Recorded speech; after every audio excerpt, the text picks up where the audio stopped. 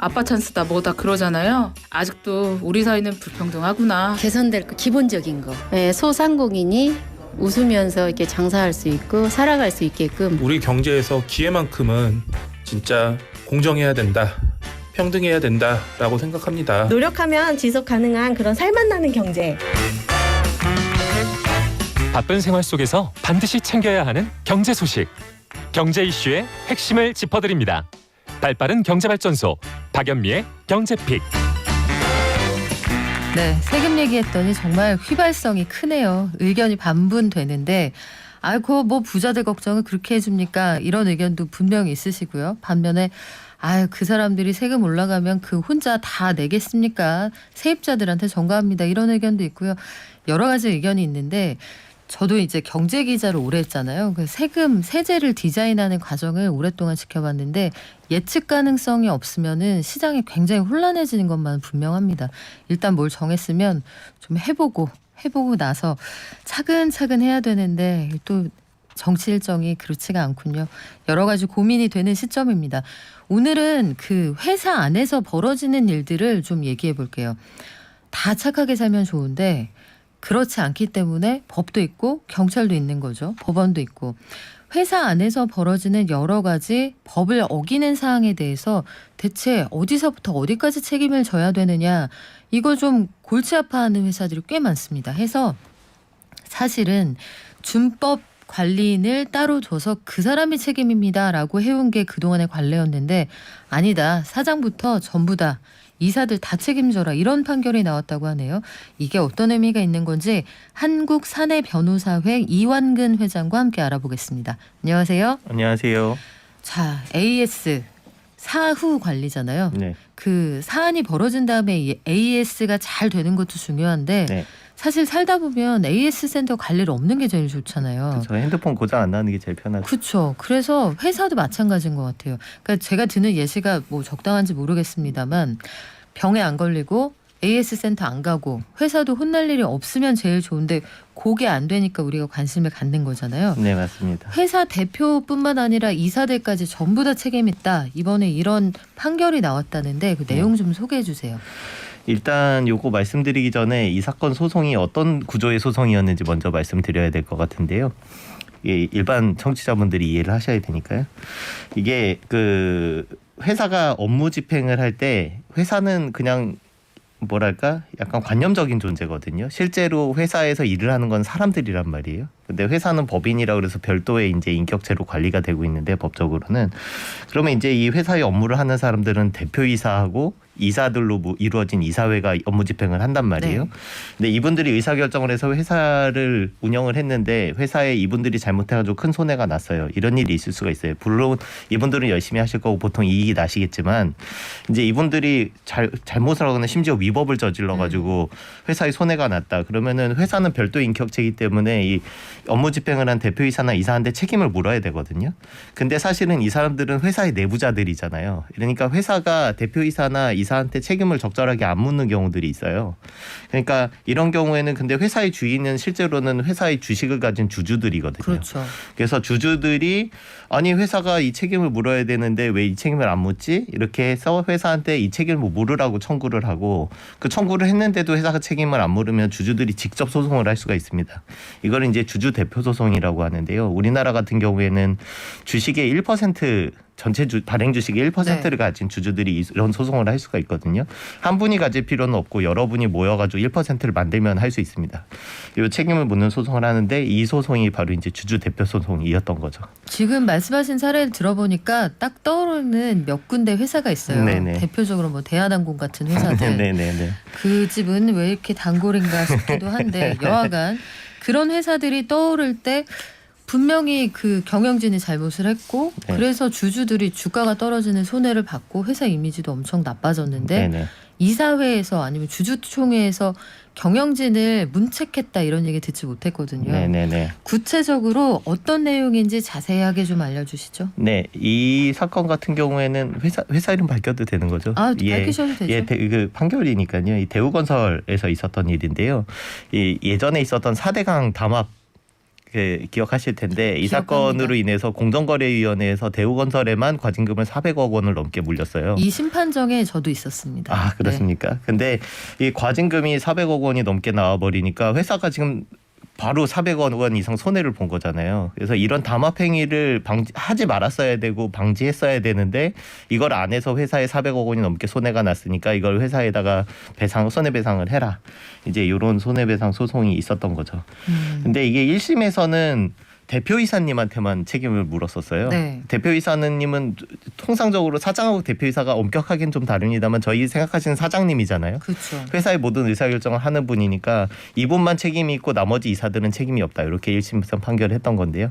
항소심에서는 대표이사는 당연히 책임이 있고 이사들도 다 책임을 져라. 이렇게 판결이 났던 거죠.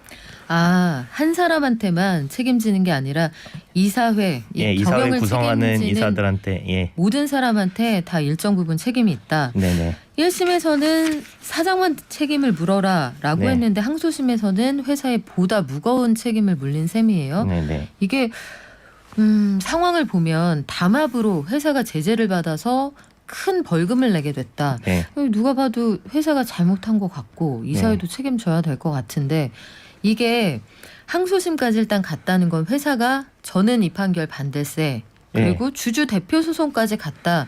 그러면 이사회에서 이 경영진의 책임을 제대로 안 물었다는 뜻이잖아요. 네네네. 왜 여기까지 우리는 꼭 가야 되나요? 이게 대표이사님 책임은 사실은 어느 정도는 명백했던 부분이 있어요. 본인이 담합하는 그 건에 대해서 결재도 했을 거고. 의사 결정권. 네, 하니까 쉽게 이해가 되실 수가 있는데 이 사건에서 문제가 됐던 거는 이 담합에 관련된 공사건이 이사회 결의에 올라온 적이 없는 거예요. 그러니까 나머지 이사님들은 사실은 이런 거래가 있는지도 몰랐던 거거든요. 그러니까 이사회에서 결의를 해가지고는 이런 담합을 해가지고 이렇게 한 거를 승인을 했다라고 하면 당연히 책임이 있는 건데 이사분들 입장에서는 이게 이사회를 한다고 해서 갔는데 이사회 결의 사항이라고 해서 이번 이사회에서 뭐를 논의할 테니까 승인을 해 주십시오 이런 게 있거든요. 근데 그 목록이 없었단 말이에요. 이 사건은. 그럼 우리는 이거는 없었는데 이거에 대해서 책임을 질 수는 없었던 게 아니냐 이런 식으로 논의가 됐던 거죠.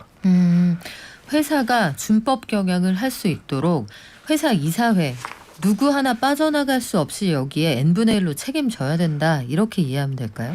그렇게 이해한다기보다는 사실은 책임을 진다 내지는 법률적인 책임을 진다는 거는 그 법률적인 의무가 먼저 있었어야 되는 거예요. 네. 그냥 잘못했으니까 내지는 나쁜 결과가 나왔으니까 그거에 대해서 너가 다 책임을 져라 이렇게 할 수는 없고 너가 무슨 의무가 먼저 있었는데 그거를 안 지켰으니까 책임을 져라 이런 식으로 가는 거거든요.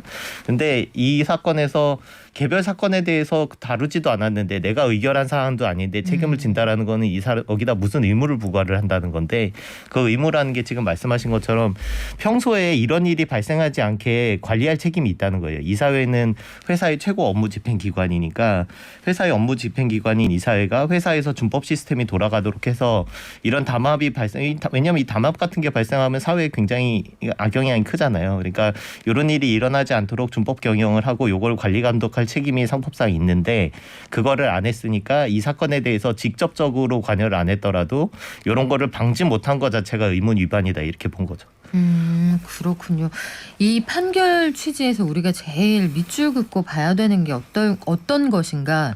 결국 준법 경영을 위해서 내부 통제 시스템을 촘촘하게 관리를 하자. 네. 제대로 작동하게 하자. 이거일 텐데 사외이사라는 게 있잖아요. 네. 사내이사 말고요. 네. 사외 이사들은 뭐 흔히 그동안은 뭐 네. 거수기다 이런 네. 평가를 받기도 네, 하고 네. 거마비 받고 가끔 가서 회의만 참석한다는 얘기도 있었는데 이런 분들이 이사회에 이런 문제를 좀 감시할 수 있는 그런 기능을 실제로 할 수 있습니까? 지금까지 그런 부분이 굉장히 많이 부족했었던 거고요. 사실은 지금 말씀하신 대로 이사회가 물론 회사마다 상당히 다르게 운영이 되고 또 회사의 지배구조나 이런 거에 따라서 영향이 있겠지만 실제로 많은 회사의 이사회 같은 경우 특히 사회이사분들은 비상근이란 말이에요. 그러니까 회사를 안 나오시는 분이라는 그렇죠. 거죠.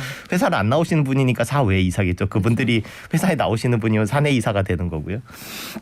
근데 그런 분들이 물론 관련 분야의 전문가시긴 하지만 회사의 경영에 평소에는 관여를 안 하시던 분들이 오는데 상장회사 같은 경우에는 사실은 전체 이사의 절반 이상을 사회이사로 뽑도록 이렇게 돼 있거든요. 의무적으로. 그러니까 사회이사분들이 절반 이상인 상황에서 사내이사는 그렇다 치고 사회이사들이 이거를 관리하기는 사실은 어려웠던 건데 그 실제로도 되게 어려울 거라고 보거든요. 근데 이런 부분에서 요거 선례가 됐던 판례가 있어요. 미국에 있었던 판결인데요. 델라웨어주 주법원의 이제 케어마크 판결이라고 이게 2006년에 있었던 겁니다. 이게 뭐 15년 전 거니까 이게 멀다고 해야 느끼실지 가깝다고 느끼실지 모르겠는데 법률의 세계에선 사실 굉장히 가까운 판결이거든요. 어제 같은 일이죠. 네네. 저희는 오래됐다고 하면 한 50년, 60년 된 판결 얘기하는 거고 네. 이 정도로면은 상당히 가까운 판결인데 이 사건이 예전에는 이런 식으로 이사들이 언제 책임을 지냐라고 하면은 분명히 이사들이 이런 위험을 인지할 수 있었을 때 그런데도 대책을 안 세웠을 때 이럴 때만 책임을 진다 이렇게 돼 있었단 말이에요. 그전에는. 근데 이 케어마크 판결에서 어떻게 바뀌게 되냐면은 이런 위험을 인지했든 인지하지 않았든 평소에 회사의 준법 통제 시스템을 잘 관리할 책임들이 이사에 있기 때문에 이거를 몰랐으면 그걸 모른 것 자체가 문제라는 거예요. 준법 통제 시스템을 잘 관리하고 운영해야 될 책임이 있으니까 그게 잘 돌아갔으면은 이사회에 당연히 제대로 보고가 올라왔을 거고 너희들이 알았어야 됐고 조치를 할 수 있었을 텐데 그거를 안 해놨으니까 너네들이 가끔 사회이사님들이 오니까 가끔 와도 이게 통제가 해야 되는 게 너희들의 책임이니 가끔 오는 너희들이 할 수 있도록 최고 의사결정기구인 이사회에서 이런 장치들을 마련했어야 되는데 그거를 안 한 것 자체가 잘못이고 그러니까 이거 자체 책임이 있다 이렇게 판결이 바뀌었거든요. 굉장히 크게 바뀐 거죠. 근데 이게 이제 한국에도 그대로 들어온 거다 이렇게 이해할 수 있을 것 같습니다. 그렇군요. 이게 그러니까 저는 몰랐어요. 이게 더 이상 변경이 안 된다는 거는. 그걸 모른 게 자체가 잘못이다라고 되는 당연히 거죠. 알았어야지. 근데 예, 그게 알 수 있도록 정확하게 말하면 알 수 있도록 시스템을 만들고 더 나아가서 당연히 아는 게 문제가 아니라 알고 그거가 일어나지 않도록 방지할 수 있는 시스템을 만드는 것까지가 너의 책임이야. 이렇게 바뀐 거죠. 몰랐으면 알 수 없는 시스템을 방치한 책임이 있다. 네네, 그래요. 그렇습니다. 책임이 상당히 무거워진다는 건데 내부 통제 시스템이라는 거 우리 생각해 보니까 그 세계 금융위기 이후에 내부 네네. 통제 시스템을 강화한다는 얘기는 굉장히 많이 했거든요. 네네, 맞습니다. 전 세계 글로벌 스탠다드였고 우리 기업들도 네네. 우리 이제 조기 경보 시스템을 만든다 뭐 이런 네. 얘기 했는데 그게 그전에는 없었습니까? 일단 2011년에 말씀하신 대로 금융위기 이후에 여러 가지 개편을 하면서 준법 통제를 위한 내부 통제 시스템인 준법 지원인 제도라는 걸 만들었어요. 그렇죠. 저도 준법 지원인 한 적이 있고요. 그렇죠. 예. 근데 준법 지원인이 이제 준법 통제 기준 준수에 대한 점검을 하고 우리 평소에 시스템을 만들고 점검을 하고 그 결과를 이사회에 보고를 하고 이렇게 하도록 돼 있었습니다. 그래서 이제 저도 그런 업무를 했었고요. 이사회 준법 통제 업무를 돌리고 이사회에 보고를 하고 이런 일을 했었는데 근데 준법 지원인 제도가 굉장히 재밌는 게 이거를 운영을 하도록 돼 있는 게 일정 규모 회사 이상의 회사는 운영을 해야 되거든요. 근데 운영을 안 했을 때 제재 규정이 없어요. 예, 그러니까 실제로는 해야 되는 회사들이 의무는 의무인데 그 안 지켰을 때 처벌이 없으니까 안 하는 경우들도 꽤 있었던 거죠. 뭐 알아서 잘하면 좋은데 세상 사람들이 모두가 천사라면 네네. 법과 경찰이 필요 없겠죠. 네네. 네. 그렇다 보니까 이제 문제가 있었는데 그 뒤에 이제 이게 상장 회사의 공시사항 준법 지원인을 세웠냐 그리고 누구를 세웠냐 이런 게 상장 회사 공시사항으로 들어오고 그러면 공시사항에다가 준법 지원인 분명히 선임해야 되는데 우리는 안 세웠다 내지는 자격이 안 된 사람을 세웠다 이렇게 쓸 수는 없잖아요. 그렇죠. 이제 이런 부분들은 이제 간접적으로 강제가 되면서 이제 준법 지원 제도도 발전을 하고 있었는데 이 사건 판결에서 결국은 이사회에서 이거를 통제를 하려면 가장 큰 키맨은 준법 지원인이 되는 거거든요. 왜냐하면 준법 지원인이 평소에 이걸 돌리는 회사의 총괄 책임자고 이분이 이사회에 보고를 하니까 이사회에선 이분 보고를 듣고 판단을 하는 수밖에 없잖아요. 그래서 이 이사회의 회사에 대한 준법 시스템의 핵심인 준법 지원인 제도도 이번 기회에 많이 변화가 있을 것이라 생각이 듭니다. 근데 저는 그런 생각은 가끔 들더라고요. 과거에 이제 취재하면서 준법 감시인들 만나게 되거든요. 네네. 근데 이분들도 결국은 회사가 네. 모셔오는 분들이잖아요. 네, 그렇죠. 회사랑 친하지 않으면 그 회사에 못 들어갈 텐데 네네. 거기서 그렇게 막 추상과 같은 회초리를 들면서 네. 이사님들 정신 차리십시오. 이게 가능할까 가끔 그런 생각은 해봤습니다. 사실은 현실적으로 그게 되게 어려운 부분입니다. 실제로 준법 지원인이라든지 저희는 이제 그 컴플라이언스 담당자라고 네. 부르는데 컴플라이언스가 이제 준법 통제를 영어로 하는 그 보통 표현인데 경력이 꽤 되시는 변호사분들을 네. 영입하는 경우가 많죠. 네, 네. 근데 이제 그거 가가지고는 해야 되는 일은 이런 거를 발견을 하고 사전에 위험을 방지를 할 수 있는 여러 가지 조치를 하는 건데 그거를 하는 게 되게 어렵거든요. 왜냐하면 시어머니 역할이잖아요. 네네. 근데 시어머니인데 아무래도 그 일을 하시는 입장에서는 아유 씨 회사가 돈을 벌려고 일을 하는 거지 뭐 법을 지키려고 일을 하나 이런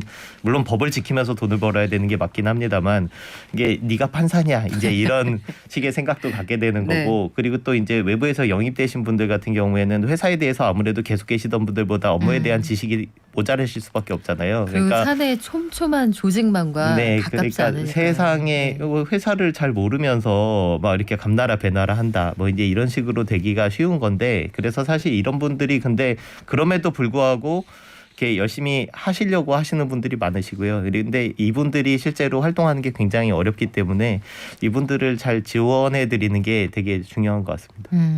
그래요. 그래서 갑자기 떠오르는 회사가 또 하나 있네요. 삼성 준법 감시위원회를 만들었었어요. 이게 네. 총수에 대한 재판에서 운영이 잘 되면 양형에 반영하겠다 해서 사실은 답안지 미리 주고 시험 문제 내는 거 아니냐 이런 비판도 굉장히 있긴 논란이 했는데 많이 있었죠. 논란이 많이 있었죠. 이 준법감시위원회 뭐 이런 거 만들면은 조금 더 회사가 잘 돌아갈 수 있을까요?